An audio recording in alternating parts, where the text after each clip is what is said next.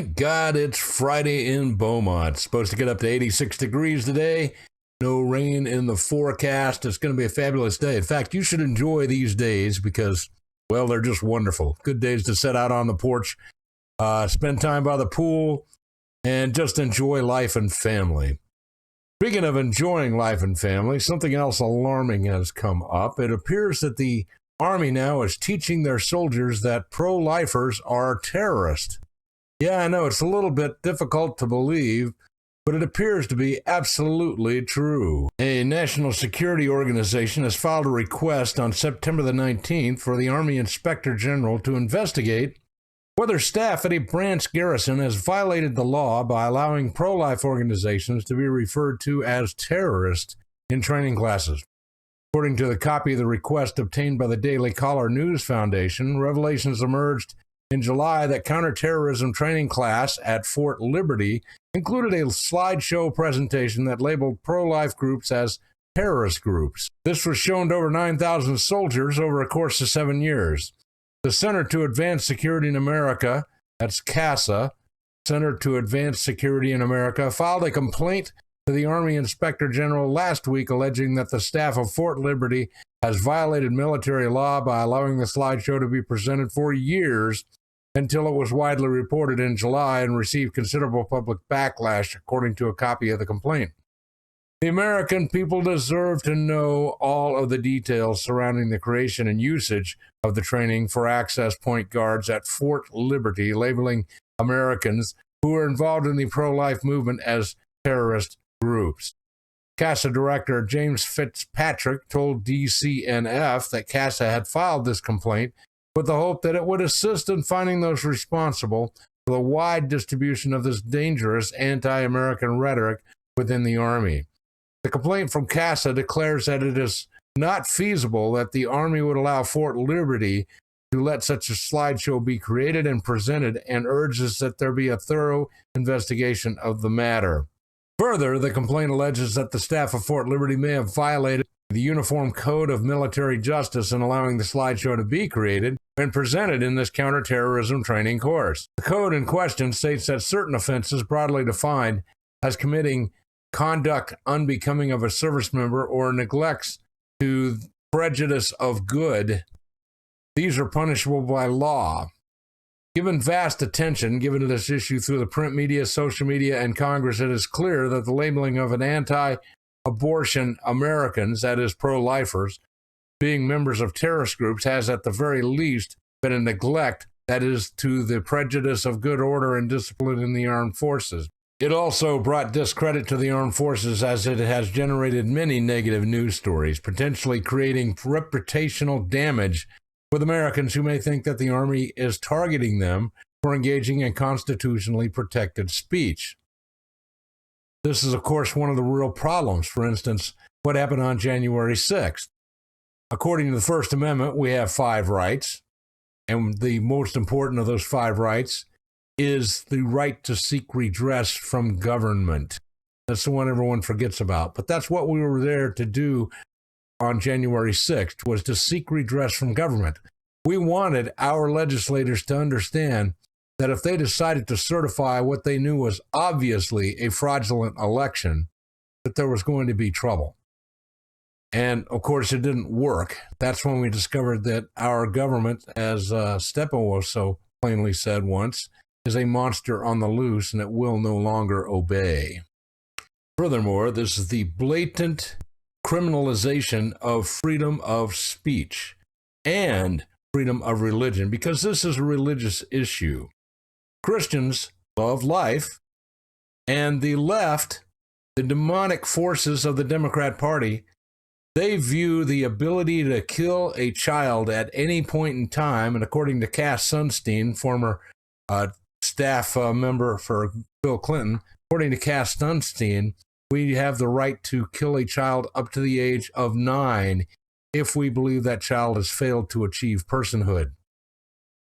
So what we're looking at, once again, is the eternal battle of good and evil. So what happens when you label people who believe the Bible? What happens when you label people who love life, people who would rather see a baby adopted then killed. What happens when those people are converted into terrorist groups by our military? Now, a lot of you think that if it really goes bad, that the military, of course, will not fire on the American people. But I'm here to tell you, they've been indoctrinating them now, we can see, for a number of years. And they've been preparing them to kill Americans if it need be done. And they will come in on the side of the government against Americans. They will protect the illegal aliens, and they will fight the taxpayers. That's, of course, just my personal opinion, and who cares what I think, right? Meanwhile, lawmakers on both sides of the aisle have raised alarm that such a slideshow could ever be shown to anyone in the Army, especially for 7 years before it finally came to light, though the Army has confirmed that the slides were made and presented without authorization. Army Deputy Chief of Staff Lieutenant General Patrick Matlock told lawmakers on September 19th that the individual who created them has not been fired. He was simply admonished to no longer say the quiet part out loud. There's been absolutely zero transparency from Army leaders on any of these accountability measures. Nicole Kipralov, executive director at the Coalition for Military Excellence, said, "This is unacceptable. We are taking much needed steps to ensure that we deliver to the American people the transparency that they deserve." The Army did not respond to a request for comment. Well, thank you, Daily Caller and Jake Smith, for that story. Wheelchairs for Warriors does something no one else does. We provide wheelchairs for former warriors that have been disabled in the combat theater. To be eligible for a wheelchair, you have to have become disabled in combat. Doesn't matter if you're male, female, doesn't matter what color you are. A lot of people don't realize the VA has very limited resources. I am a veteran, and we want to make sure that our veterans that were damaged severely in combat get taken care of. So I'm asking all of you right now to go to wheelchairsforwarriors.org. That's wheelchairsforwarriors.org. And I'm asking you to make a donation. Donations have been off a little bit this year. We've got right now 36 warriors that are waiting for wheelchairs. These wheelchairs cost about $12,000 a piece on average. So we need you. These are wheelchairs that allow these former athletes and strong men to be able to stand up if they need to reach something or to be able to participate in sporting events. One such athlete was Jason Tabansky. He was able to win the archery event in the Paralympics because he had one of the wheelchairs provided by Wheelchairs for Warriors. You can help. Please. wheelchairsforwarriors.org. That's wheelchairsforwarriors.org. Meanwhile, the Communist News Network issued an on-air retraction and admitted that they used digitally altered photos of Donald Trump and right-wing activist and influencer Laura Loomer. Boy, she scares people almost as much as Donald Trump does. In a post on X, Loomer shared a video of CNN issuing a retraction after CNN hosts such as Anderson Cooper, who is a paid member of the CIA, used a digitally altered photo of Trump and Loomer in a number of segments on Friday and Saturday. Friday evening and Saturday evening, they aired a number of segments that briefly showed Donald Trump and Laura Loomer taken from social media. On review, this image has been digitally altered by a third party, and we should not have included it. We regret the error. Well, it's no error. It's similar to what an attorney does in a trial where he brings up something that he knows is going to get thrown out, and then says, I retract that. Well, guess what? The jury has already heard it. Same thing here. Everyone has already seen it. In another post, Loomer criticized Anderson Cooper for sending a female colleague to apologize for defaming her and Donald Trump. She said, "If you do not issue a retraction in writing on X for showing fake Photoshop pics of me and President Trump in an effort to spew some sick, misogynistic, and defamatory attack against me, I will sue you. The same way I'm going to sue at Bill Maher for doing this." Loomer wrote in her post, "How much of a coward do you have to be to use fake pics to defame me and Donald Trump and then not even apologize yourself, but send a female to do it? Either issue a retraction in writing on the air, or you're going to get sued." I love Laura Loomer. That's why they did not want her to get elected in Florida. They used fraudulent attempts down there to keep her out of office because she is, in very, very many ways, the female Donald Trump. And in the election shenanigans department, Representative Tom Tiffany, Republican Wisconsin, revealed that thousands of duplicate absentee ballots contain no barcodes on them. This is after the officials said that the duplicate ballots had a barcode, and this would prevent them from being counted twice. In a post on X, Tiffany wrote that the officials in the Madison clerk's office said because the duplicate ballots had identical barcodes, they would not be allowed to be submitted. Well, then he gets these ballots. He's got 2,215 duplicate ballots that were sent out to 10 wards, and they have no barcodes.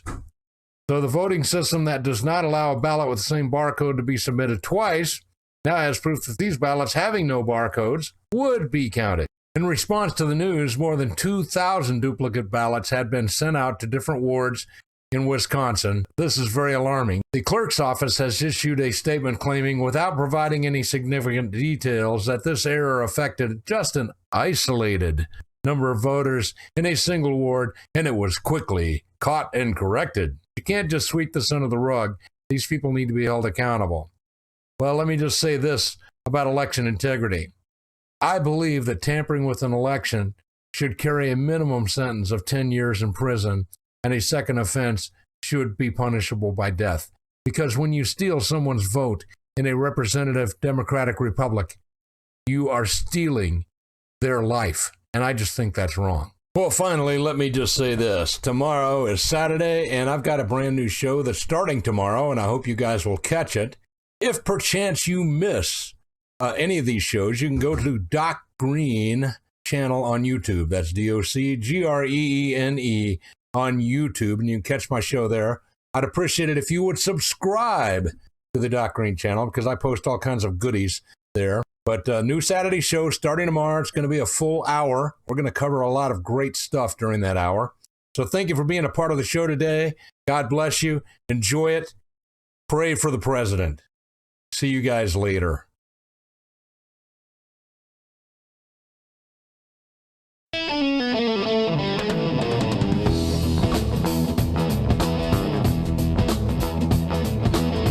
You have a choice, and you chose Freedom 1300.